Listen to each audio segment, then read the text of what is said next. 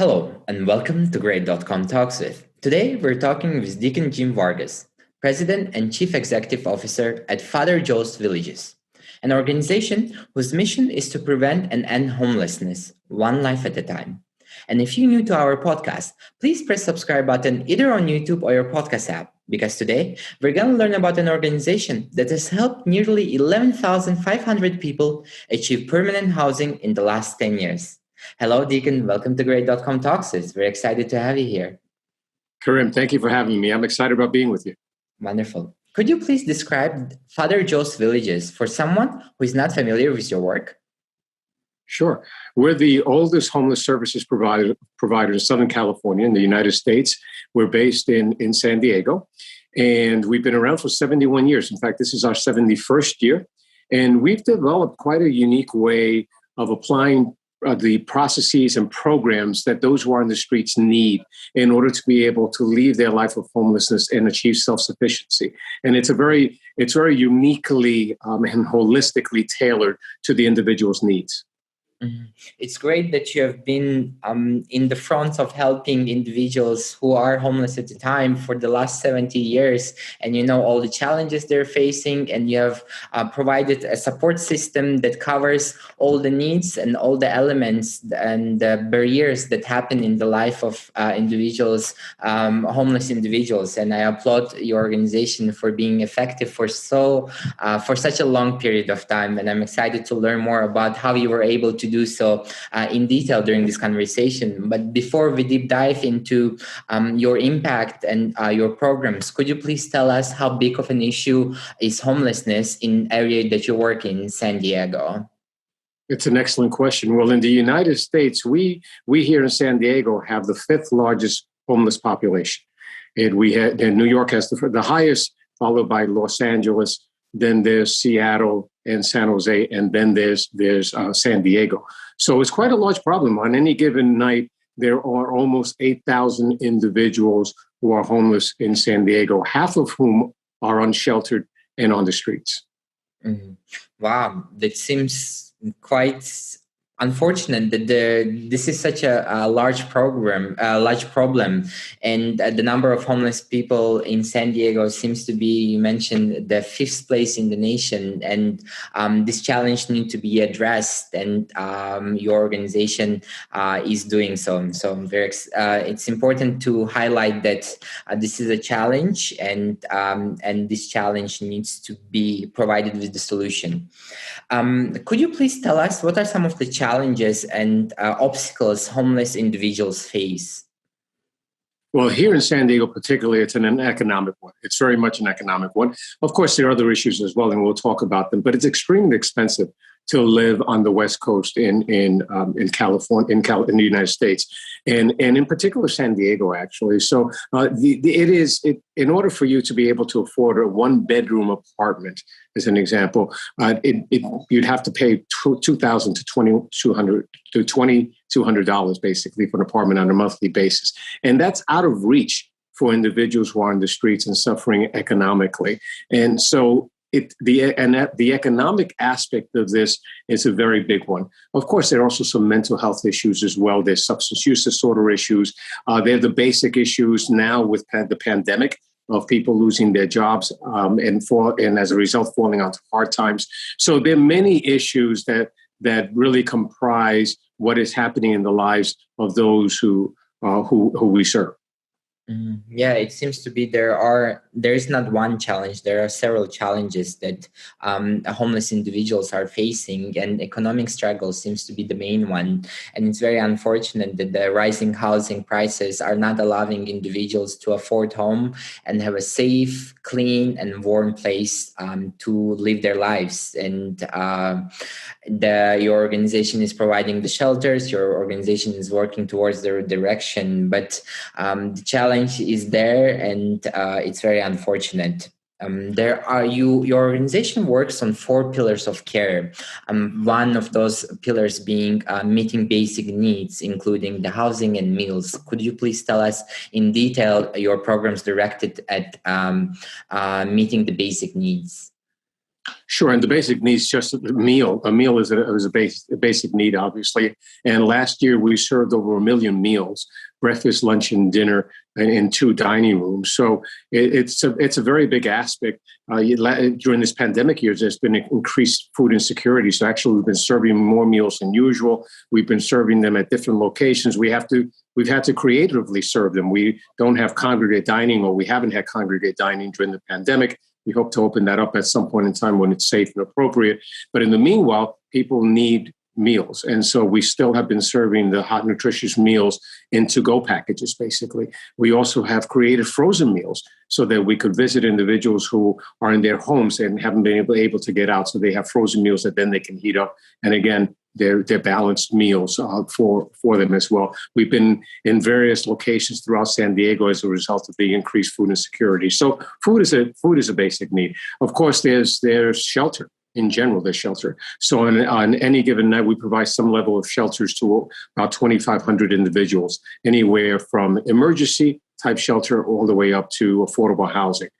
So across the full spectrum. While we've been providing emergency shelter beds for many, many years, we realize that a shelter is not a home. It's better than being on the streets, obviously. It allows us to start connecting with individuals, to start building relationships so that we can start applying our comprehensive services. And we'll talk about that to really help them out of their plight. But we recognize that at the end of the day, a shelter is not a home. It's a means to a home. And what we really want and are striving is to help people into permanent housing. So that is, these are some of the basic needs that we're able to provide in, such as showers, and not only for our residents, but for those who are on the streets who are not necessarily residing with us in some fashion. They can come to us just for showers. I mean, we provided 30,000 showers to those who, just last year, to those who are on the streets. Again, not residing with us. Of course, we provide showers for those who are residing with us, but these are individuals who are strictly on the streets, and just getting them off the streets during inclement weather. All right, because even though San Diego is not as harsh as New York as far as its weather is concerned, still, I mean, you can suffer from hypothermia fairly quickly out there when the temperatures do drop and when it's raining and it's very cold. And these are individuals who typically have immunocompromised systems, and so they can become ill and quite readily. And so these are all the very basic things, Karim, that we offer to individuals. Yeah, housing, emergency shelter, as well as the food are indeed basic needs. And the fact that you were able to serve 1 million servings of millions meals during last year, that's a great amount. That's a huge number. And also 2,500 individuals every night finding a shelter under your organization. That's an indication that the impact that you are creating is quite available at a large extent, and many individuals can come and get the support that they need in terms of meeting their basic needs. The second aspect, the pillar of care that your organization is working to, is investing in children through therapeutic childcare services. Could you please tell us about this aspect of your work? It's extremely important. Those who come to us who have children, typically these children are developmentally delayed, either academically, emotionally, socially, and sometimes all across the board because of their circumstances. They've been on the street. So our therapeutic childcare center is not a babysitting service. It is. We have psychologists there. We have social workers there. We have teachers there. The mission there, the goal there, is to be able to help these children so that they can be at their peer level in school. Typically, they're behind their peer level, so that then they're able to thrive. Because we do know that if their circumstances are mitigated in some way, then they will be the future adults who are on the streets, or they're 4 times more apt to be homeless when they become adults. And so we want to make sure that we break that cycle for them. And so our therapeutic childcare center professionals, they basically work with their academic skills and bringing their levels up, whether it's reading or mathematics. We work with children at all age spectrums up until age 18. And from infancy, there are some parents or some women who come to us who are pregnant.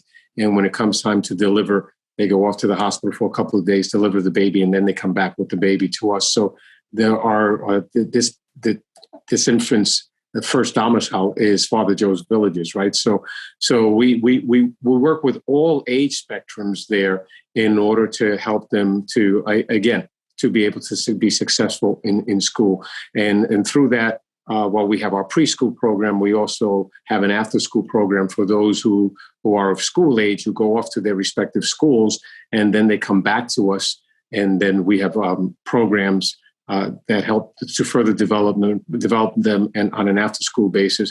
The summer is upon us now, so we have our summer program that is in place as well.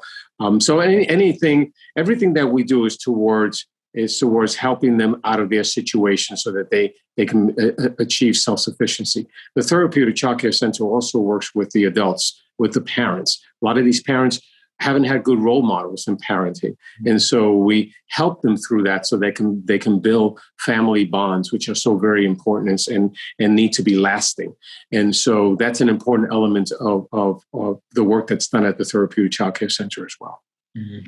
Thank you so much for highlighting the fact that we need to break the cycle of homelessness. And it's unfortunate that the children are being born and or being raised in an environment that they haven't chosen, in terms of their parents not being able to have access to housing. But it doesn't discredit the fact that we need to invest in children, invest in their education, and make childcare, therapeutic childcare services, as well as the education accessible to them, and your organization through your programs and after-school programs directed at education and directed at therapeutical services are indeed very impactful, and they can, as mentioned by you, provide a tool to become self-sufficiency for this future adults, for the current children, so they can become and go conquer the world and be self-sufficient and independent.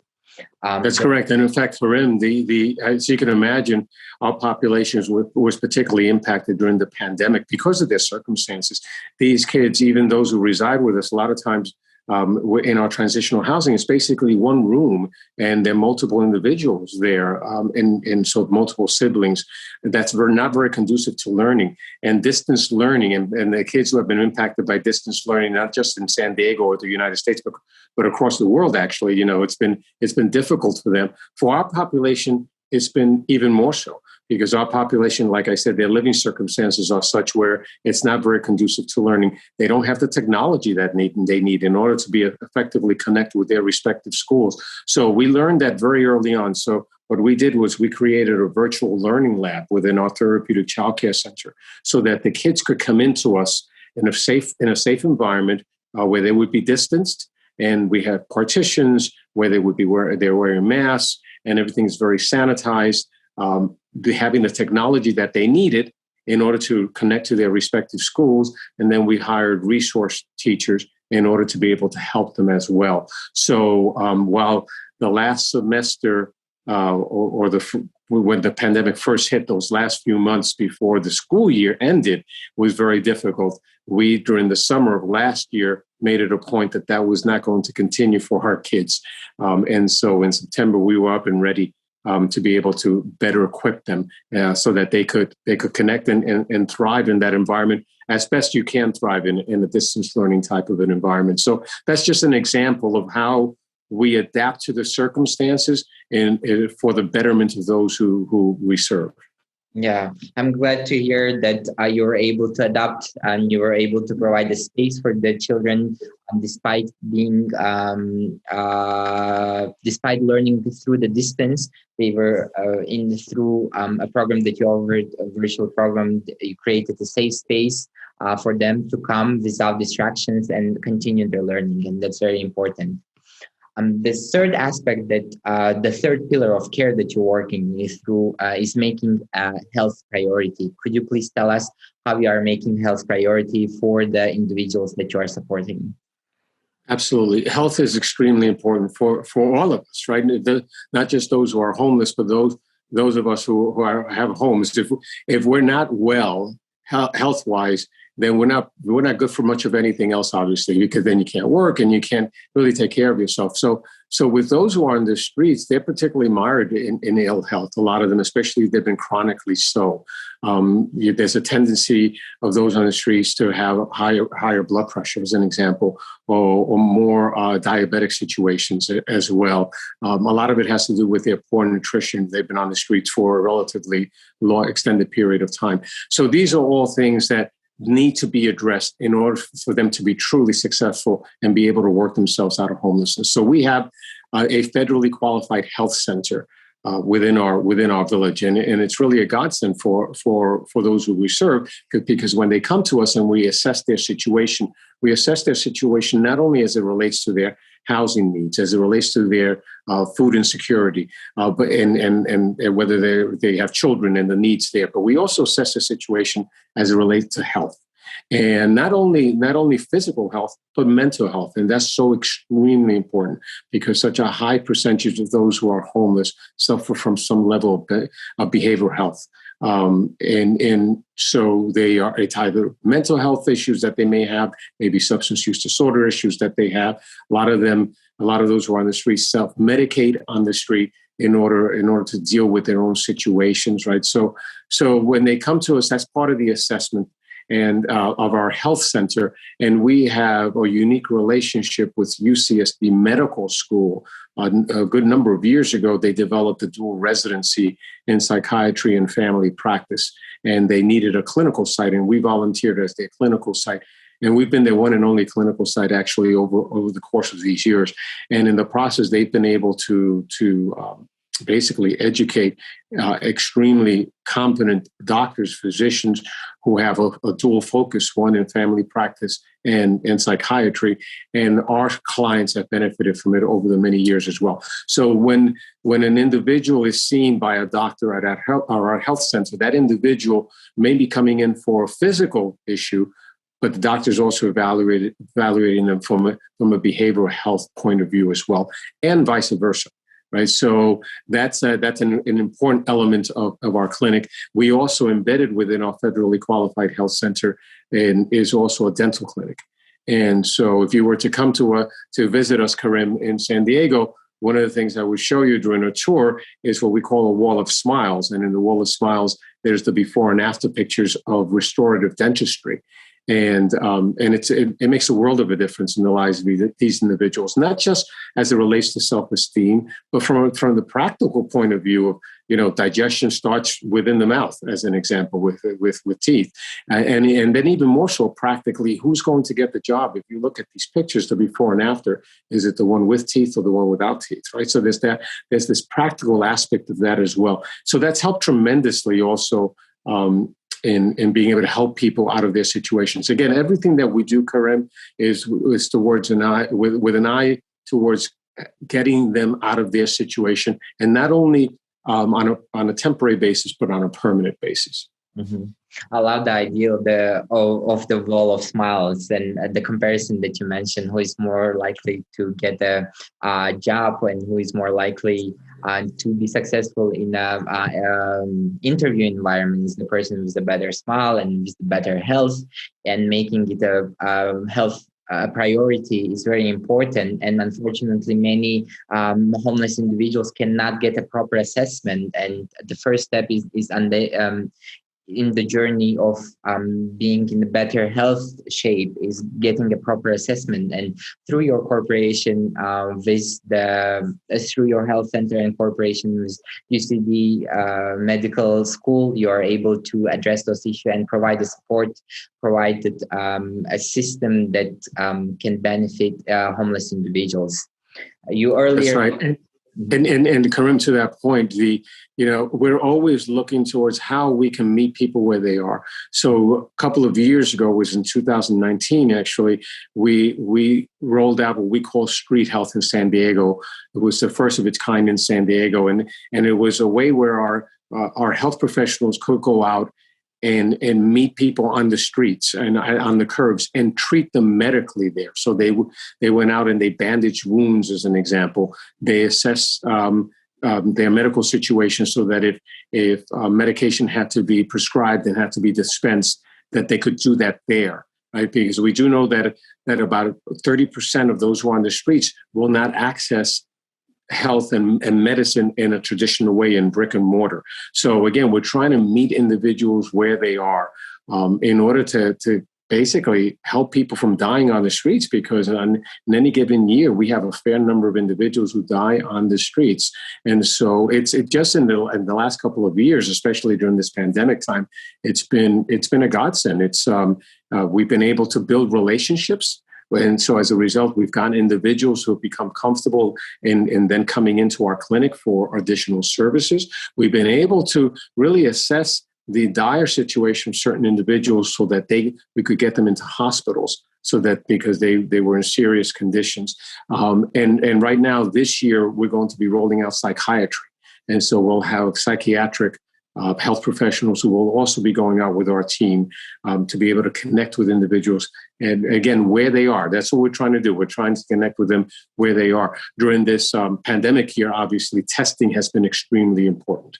And so our health center has administered more than 6,000 COVID tests, right? And those who are with us in our shelters, we've not only been testing those who have been symptomatic, we've been testing those who have been asymptomatic. And that's been extremely important and has served us well. It's kept us from having spreads of the virus, actually, because we've been able to surface individuals who have been asymptomatic but have had the virus. And with that, we've been able to isolate them and until they've been better, and then reintroduce them into the population. And that's kept us from having major spreads within our shelters as well. So I always give the glory to God. You know, he's always the one that's looking after us. These protocols have served us extremely well. And now, as you can imagine, we're moving into vaccinations. So we've been vaccinated. It's particularly difficult to vaccinate those who are homeless. One primary reason is because it's hard to track them down, and then it's just as hard to get them in for a second dosage, right? So we're vaccinating individuals, and we'll continue that effort as well, because that's extremely important. What I really like about your approach and what you're doing is you are going to the streets, actually, and you are providing help on the streets, on the demand. And so you're not waiting for homeless individuals to come to you, but you're also going there and being in the front line, helping them and supporting them in the most urgent health and other needs that they require. And I applaud your organization for doing so. If someone would like to support Father Joe's Villages, how can they do so? Oh, that's an extremely important question, and so I'm glad that you asked me that question, Karim. We can only do what we do through the support and the generosity of our community, and so and I thank those who have always stepped up over the many years to help us in our work. So you can go to neighbor.org. That's neighbor, just like the word neighbor.org. And that's our website. And there you can access a lot of useful information, a lot of which I've shared with you today, but there's a lot more information there for you as well. You can, if you're in the United States, you can dial 619-446, 619 homeless. That'll make it even easier. So 619 homeless in the United States. So there are various ways of getting a hold of us. The donations are extremely important, cash donations, but not only cash donations. We have thrift stores, Karim, in San Diego. And so we have a number of thrift stores. You can come into our thrift stores. These are items that have been donated to us. They're in extremely good condition. In fact, we always get compliments about the quality of the merchandise that we have, and then the excellent prices that we have. So you can come on in and you can really find great stuff at low prices. And all the proceeds get translated into services within our village. We accept donations of cars and automobiles because we have auctions that we do on a daily basis, and we auction everything we get those types of items off, and especially high jewelry and so forth that sometimes we get, and we auction it off. And again, the proceeds go to services. Those who are in the area of San Diego, if you want to volunteer with us, we love our volunteers, right? And this past year's been difficult. Been difficult because of the pandemic, but I can tell you, Karim, that in the pre-COVID, we had 10,000 volunteers I mean, and I love spending time with our volunteers. They have a passion for the work that we do, and they're very compassionate to those who we serve. And so that's a way of getting involved as well. There are many ways. So by all means, reach out to us, reach out to me. One of the areas we touched upon, Karim, is housing, and I want to just share also with your audience what we call the Turning the Key initiative. A few years ago, we realized that, yes, well, again, shelters are important, but the end game is affordable housing, and that San Diego does not have enough affordable housing for our population, those who are homeless. And so we initiated what we call it turning the key, whereby we would be deploying 2,000 affordable housing units into the market, right? And they would come either through new construction or through the acquisition and refurbishment of motels. And I'm happy to report that a year ago, this past January, so it's been 15, 16 months, we broke ground on the largest building of its kind ever in the county of San Diego for our population. It's a 14-story building. It has 407 units, and it will help over 500 individuals off the streets because we have some studios, some one bedrooms, some two bedrooms. So it will help families and veterans and those who are disabled. We're as excited as could be. I love giving hard hat tours because I see the progress of this building. And despite the pandemic, we're on schedule and on budget in February of next year. So it's just months away. February of next year, I cannot wait to cut that ribbon. And we'll have these units and we'll be able to help people off the streets. We also, in the midst of the pandemic last year, acquired a motel and we refurbished it. It's 82 spanking new units. I mean, the before and after are amazing. The difference. I mean, you would never know it's the same building. Totally refurbished from top to bottom, and so that we were able to help 82 individuals off the streets. We're in the process that makes up about 500 of the 2,000 that we've committed. So we have another 1,500 units to deploy, and we're looking at some additional motels. We're looking at some new construction on some property. We will continue doing it. So we're blessed to really, as I shared with your listeners, we're blessed in this space of homelessness, really to from soup to nuts in a sense, right? We have the full gamut of comprehensive services that are needed in order to help an individual not only come off the streets, but stay off the streets. 96% of those who we place into permanent housing, you mentioned those 11,000 at the beginning of the show, remember? 96% of those who we place into permanent housing retain that housing long-term. Mm-hmm. And that's exactly what we want for them. So I can't thank you enough, Karim, for taking the time. Thank you. Wonderful. Those are great initiatives, and I applaud your organization for launching them and providing end result, which is the permanent housing and ending the cycle of homelessness. So very well done. For you listening, the link to the Father Joe's Villages website will be provided in the description, so you can go to the website and familiarize yourself with all the projects Deacon Jim and the team at Father Joe Villages is doing and support their mission. Thank you so much, Deacon Jim. It was wonderful to get to know you and very impactful work your organization is doing. Karim, thank you. God bless you. Wonderful.